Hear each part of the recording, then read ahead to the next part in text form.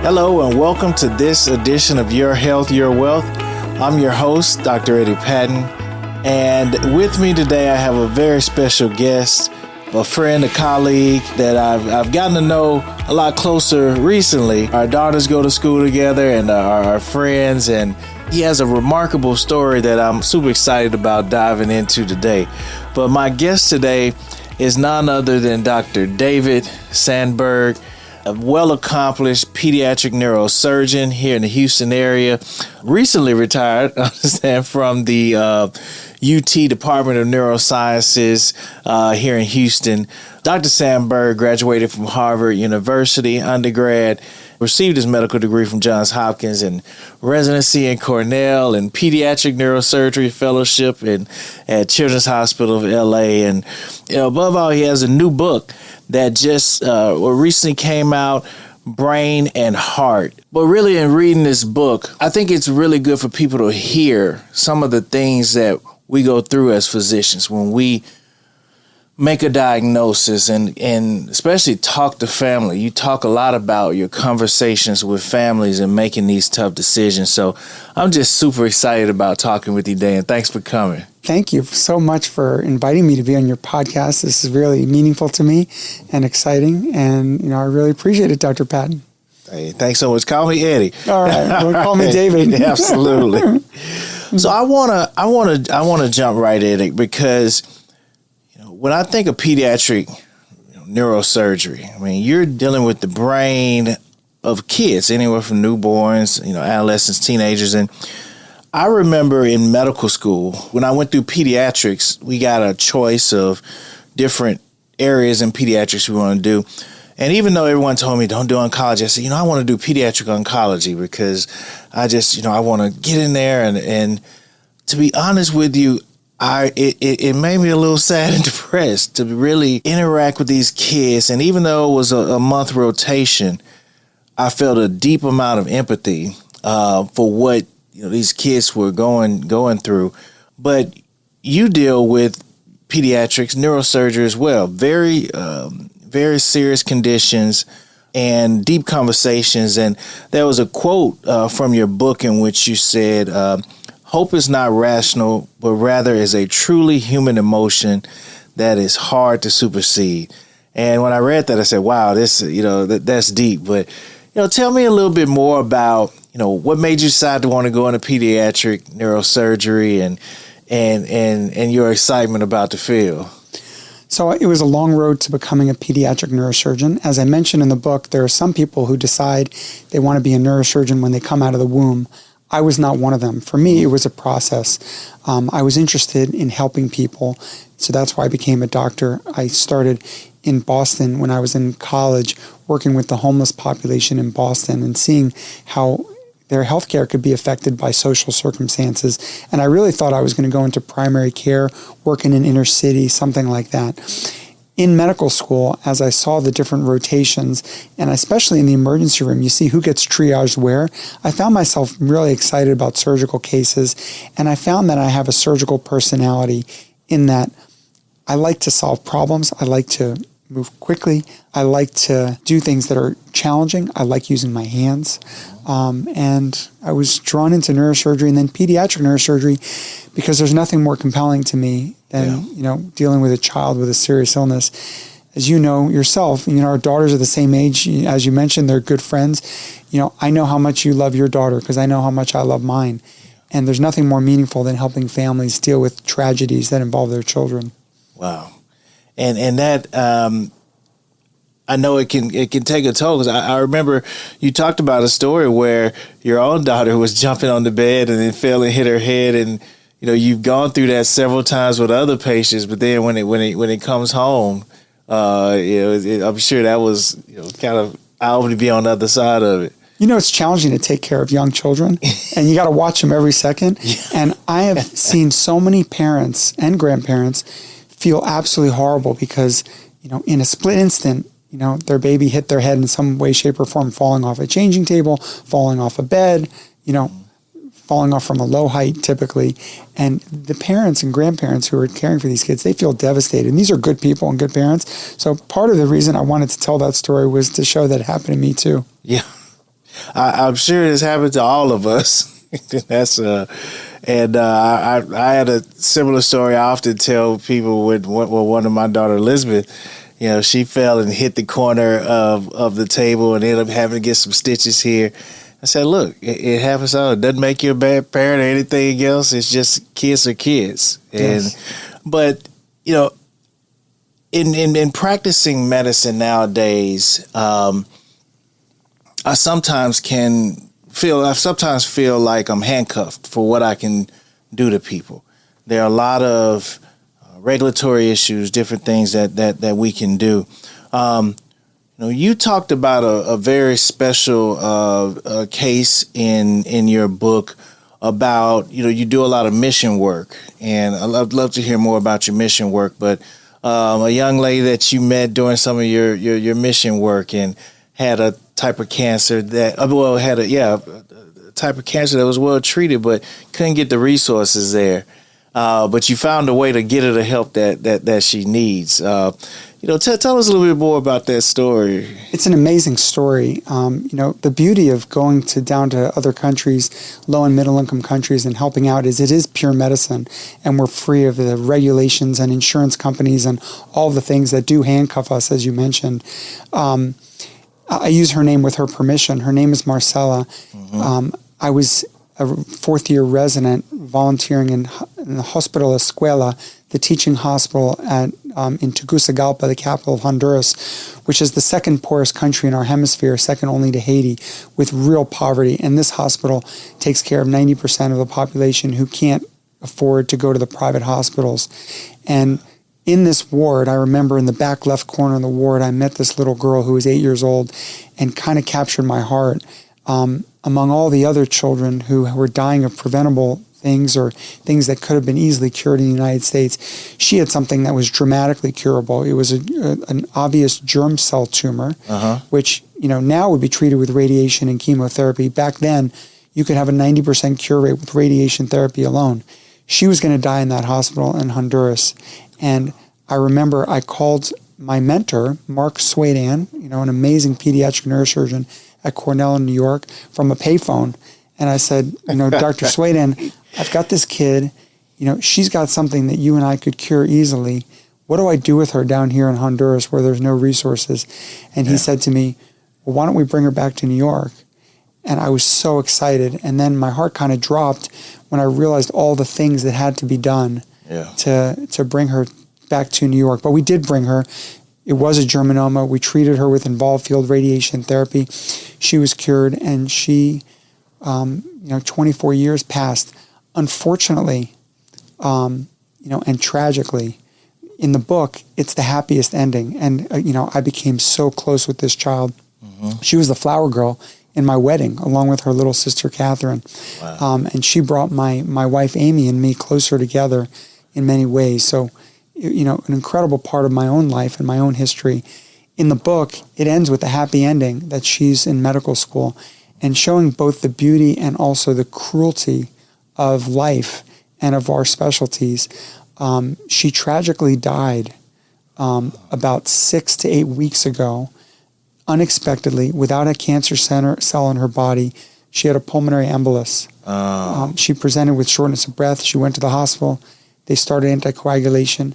She seemed to be doing well, and then she just died in the middle of the night. And it's hard to even talk about. It's so tragic. Yeah, and pulmonary emboli are one of those things where it just comes out of the blue. You don't know. Exactly. But I, of course, did not know that ending. But I'm sure in your profession, and you talk about this, that with some of these cases, some of these kids that you treat, it isn't always a happy ending. We deal with the highest of the highs and the lowest of the lows. And that's why, the book is called Brain and Heart. The subtitle is The Triumphs and Struggles of a Pediatric Neurosurgeon. Wow. I let the reader into my mind to know what I go through. There are so many books about, the patient experience, very few books about the doctor experience. Yes. And I let the reader into my mind to know what I feel when I save a life. You save the life of the child, any child, it is as though you have saved the entire world. Wow. But when a child has a bad outcome, even when you do your best, a surgical complication, or dies from a horrible trauma from a brain tumor, we suffer as well. We don't suffer, of course, it's 1,000, 1/1,000th of what the parents suffer. Yeah. But we do suffer, and I describe that in the book. I don't think that most people and most listeners understand how defensive medicine can actually affects even us as physicians, or affects the healthcare industry as a whole. And in pediatric neurosurgery, you're going to have complicated cases. Like you mentioned, you're not always going to have positive outcomes rather. You're dealing with, pediatric neurosurgical conditions. In the book, you talk about a complicated case that, you did the best that you could, and good relationship with the family and everything else. And it still ended up, unfortunately, in a case. Talk to the listeners a little bit about how this dilemma between wanting to do what's best for the family and what you feel the patient really needs, but then to understanding the risk as a pediatric neurosurgery surgeon and the high liability that you all carry and that kind of thing. The risks that you also know that you have to go through for these families. Yeah, there's so much that goes into every decision and every child. You mentioned defensive medicine. I tried my best in my career to not practice defensive medicine. Yeah. It is a big scourge on our healthcare system. I think there are so many unnecessary tests that are ordered because doctors are afraid of, if they miss something, mm-hmm. then, somebody's going to sue them. I talk in the book, as you mentioned, about a case in which I was a defendant in a lawsuit. It was so damaging to me. It was a child I had done my very, very best to care for, and we had a complication. And not to minimize the complication, but, it was me doing the very best I could do with the very best training that I had received, and being as thoughtful as I could in this child's care.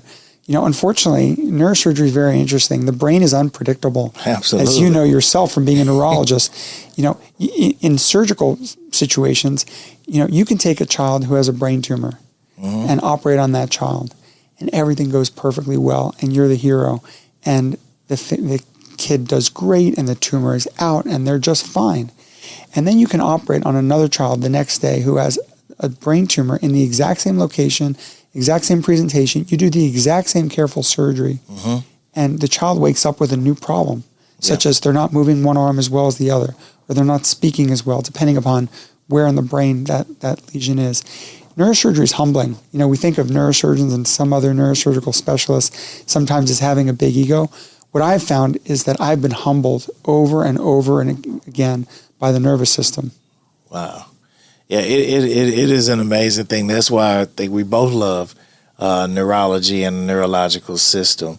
I often think, because when I did neurosurgery rotation, you guys are in the microscope and doing these intricate procedures, but it could be 1 centimeter, 1 millimeter from causing some of these catastrophic things like weakness on one side or the other. So I had the utmost respect, and especially in a child's brain where it's even smaller than an adult brain. So it's a challenge. You got to know you're cut out to do it if you want to do it. I mean, listen, you in your own practice, you deal with some of the challenging neurological diagnoses, heartbreak for patients and families going through devastating times because of the diseases you treat. So I salute you as well. You seem to be a very personable person. Like I said, we've interacted at some school events, and being a neurosurgeon is a huge sacrifice. You've missed a lot of weddings and birthdays and family events, long fellowship and residency. And you talk about some of the challenges during residency, high divorce rates, and so forth. But I know that you're a family man. I mentioned our daughters, our friends are in school together. If you had to do it over again, would you do the same thing? And what have been some of the hardest challenges that you faced to get to the point where you are today? Oh, I would absolutely do it again. I feel so blessed to have had the opportunity to be a pediatric neurosurgeon and to form incredible relationships with patients and their parents and other family members. When you do an operation that saves a child's life, and thank God most operations go very, very well, you become part of the family. And I'm part of, thousands of families, really. And it's been an incredible gift. As far as the challenges, there are numerous challenges involved with my field. Physical challenges, the challenges of overcoming exhaustion, operating, in front of an operating microscope for 14 hours straight, maybe getting up to go to the bathroom, maybe not. Emotional challenges, dealing with tragedies in children. It's really hard. Having the hardest conversations with families. Imagine telling a parent that their child is not going to survive from a trauma when they were fine, when they went to school in the morning and then got hit by a car or a bus walking across the street. Someone has to have these conversations. And somewhere along the line, I figured out that it should be me. Wow.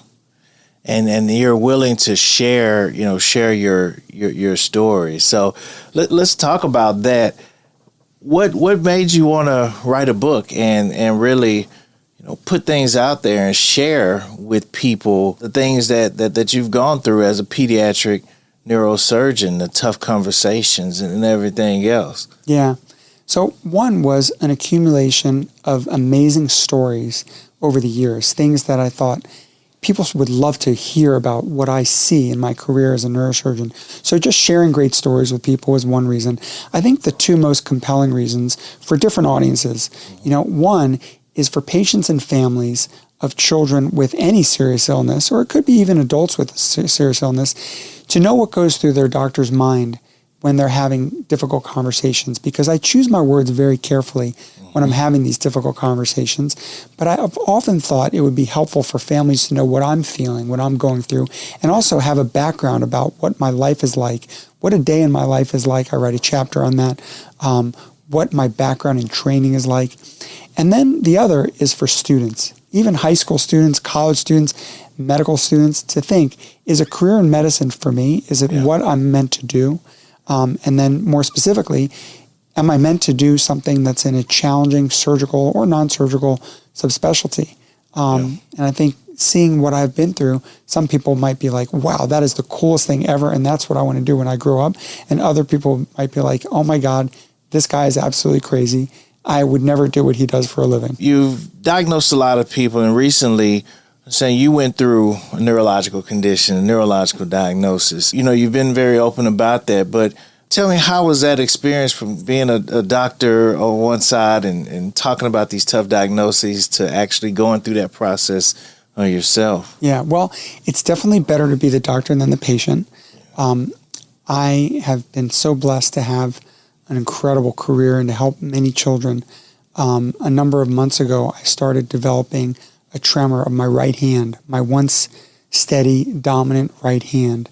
I saw several neurologists, folks in your specialty, and the diagnosis was made of early-onset Parkinson's disease. I was actually, interestingly, operating just fine. The surgeries were going great because the tremor occurs only at rest. And when my hands are in motion under an operating microscope, there was no visible tremor and the surgeries were going great. But I know the history of this disease and I expect to get worse slowly over time. I never wanted to be like one of those athletes you see on the field in professional sports who you remember how great they were during their good years and they stay on a little too long and you wish they'd retired a little younger. I wanted to go out on top. And so I decided to retire. Cold turkey. I shocked the world. I shocked my family members, my patients, my work colleagues all at once. And it's been hard. It's been an adjustment. But, I'm really focused mostly these days on gratitude. Once I got through the hard period of, making that decision to leave a specialty I love and telling all the people in my life, those things were hard. Once I got through those, I realized how lucky I am in so many ways. I'm grateful that this happened to me in my 50s instead of my 30s or 40s. I'm grateful that I've had the opportunity to treat thousands of patients and help the overwhelming majority of them. I'm grateful that it's not something worse. I've given much worse news than the news that I've received. I've dealt with families who've lost a child. I am not dying. I expect to live a long time, and I plan to be very productive in my time. Absolutely. I tell my patients with Parkinson, this is a chronic disease. You know, it's a chronic condition, and we have ways of treating it. And that's important for people to understand, because they hear the word neurodegenerative disorders or like Alzheimer's or Parkinson's, but in the end, with advancements in medications and everything else, it's a chronic condition, like hypertension and everything else people have. Yes, if I wasn't a neurosurgeon, I wouldn't even be changing my career. I would continue to do the same thing that I've been doing. Yeah, and I know you're passionate about teaching as well, and giving back, and talking to other neurosurgeons and physicians who are looking to do what you've done. If you had to summarize it for them, how would you wrap up your legacy as a pediatric neurosurgeon? Boy, I hope my legacy is one of not just an excellent technical surgeon, but just as importantly, someone who is compassionate about patients. And one of the things that I tried to convey in the book, particularly for those who might be interested in becoming doctors, I think there's this perception that doctors need to maintain some emotional distance with their patients, to be professional, to not let their emotions show too much. I openly talk in the book about occasions in which I'm bawling my eyes out, right? Yeah. And, you might think that that's unprofessional, but when you talk to families about it, what they feel is that you're in it with them. Absolutely. And so I encourage young doctors and those considering becoming doctors to know that it's okay to be emotional and show your emotions with families. And I think families even appreciate that. I hope my legacy is that of having made a difference for the families I've treated. Yeah, absolutely. I mean, knowing other neurosurgeons, other colleagues who have known and worked with you, I can tell you it was a shock to the community when you retired. But by the same token, I mean, you've given so much to the field of pediatric neurosurgery, and particularly here in Houston, that you well solidified a wonderful legacy here. Well, I so appreciate that. Thank you for your kind words. Are you thinking of writing another book, or what's next? I don't think so. I kind of poured my heart into this book, and I hope it's meaningful for those who read it. I don't have plans to write another book definitively. I guess I could always write the book, Neurosurgeon Becomes Neurological Patient, about the tables being turned. I'm not focused on that right now. Yeah. Thankfully, my symptoms are relatively mild, and I'm more focused on finding ways to do good in the world and to contribute meaningfully. But I don't know what life has in store. One thing that I really appreciated was that when I talk to families and talk to patients, I like to say it's good for doctors to be more empathetic than sympathetic to what they're going to, and for patients to understand that we're humans, we have families and everything else. And you really, in my view, did a really good job in the book of helping readers understand that it's not just that the doctor walks into the room and gives this diagnosis or gives you the prognosis.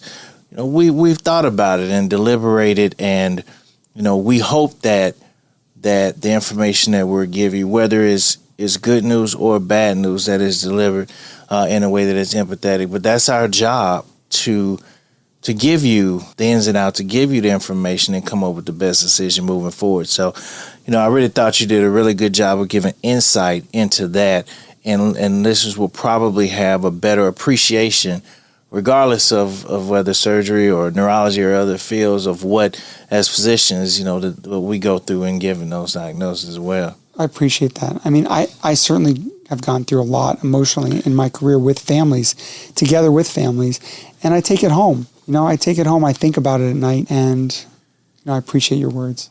Absolutely. Well, I can't thank you enough, Dr. David Sandberg.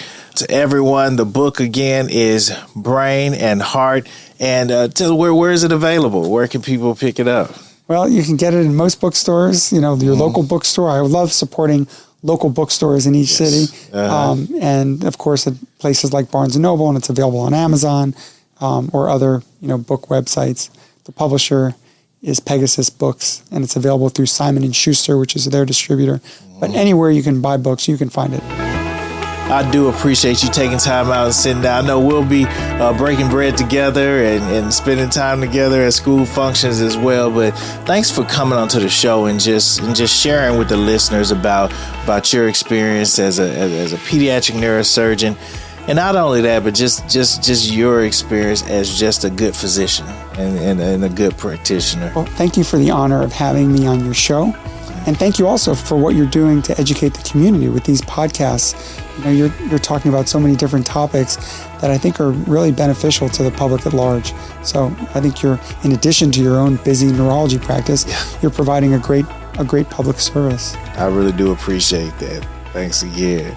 And thank you for tuning in for this edition of Your Health, Your Wealth. Share it with friends and family. And we look forward to talking with you more in future editions of the show.